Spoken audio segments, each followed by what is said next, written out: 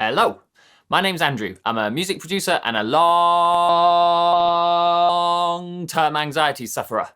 Each week I'll be uploading a video to this channel, Anxious Andrew, talking all things anxiety. Today I'm talking about rewiring your anxious brain. Is it even possible to rewire your brain? Are some people's brains always doomed to be more anxious than other people's brains? And can you change the way your brain thinks and make it less anxious? Well, very briefly, yes, yes, and yes. Some people are genetically predisposed to be more anxious than others, and if you're unlucky enough to be one of them, you absolutely can train and rewire your brain to be less anxious. So if this all sounds interesting to you, please subscribe to my channel and stick around for the video.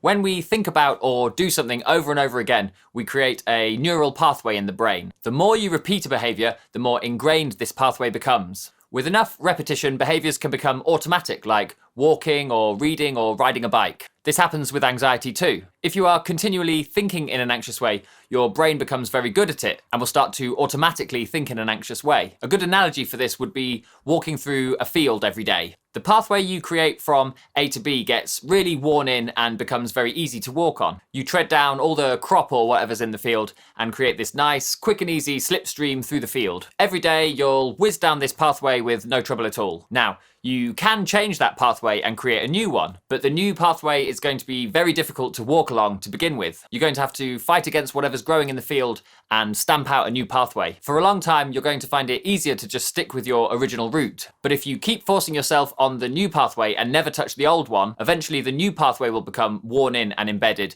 and the old one will grow over and become more difficult to walk on. Your neural pathways are just like this, so you can change them, but it will take a long time. You need to continuously start thinking in a new way and ignore your old way of thinking. Eventually you'll start automatically thinking in the new way and forget all about the old way. This is all thanks to neuroplasticity. You can rewire your brain. Your brain can adapt, and how you think is not set in stone. Obviously it will vary from person to person, but it's estimated that it will take about 3 to 6 months for a new behavior to become habitual and become embedded. So you're going to need to stick with it for a while. To make this extra tricky, people's brains tend to have a natural negative bias. We tend to ignore compliments and praise, but remember criticism and insults. That means if you're genetically wired to be more anxious, you have the negative bias and your anxiety to fight against. To try and combat this, it's always a good idea to try and force yourself to focus on the positives, even if that feels completely unnatural to you. Things like every day writing down 3 things that you're grateful for, or remembering and basking in compliments you might have received, rather than just cutting them down or ignoring them. Or maybe celebrating your wins more, and trying to switch all your what-if thoughts from negative ones to positive ones. So rather than saying something to yourself like, what if today goes terribly, you could try saying to yourself, what if today goes really well? This will probably feel very odd to you to begin with, or even silly, but if you carry on and stick with it, that won't last for long.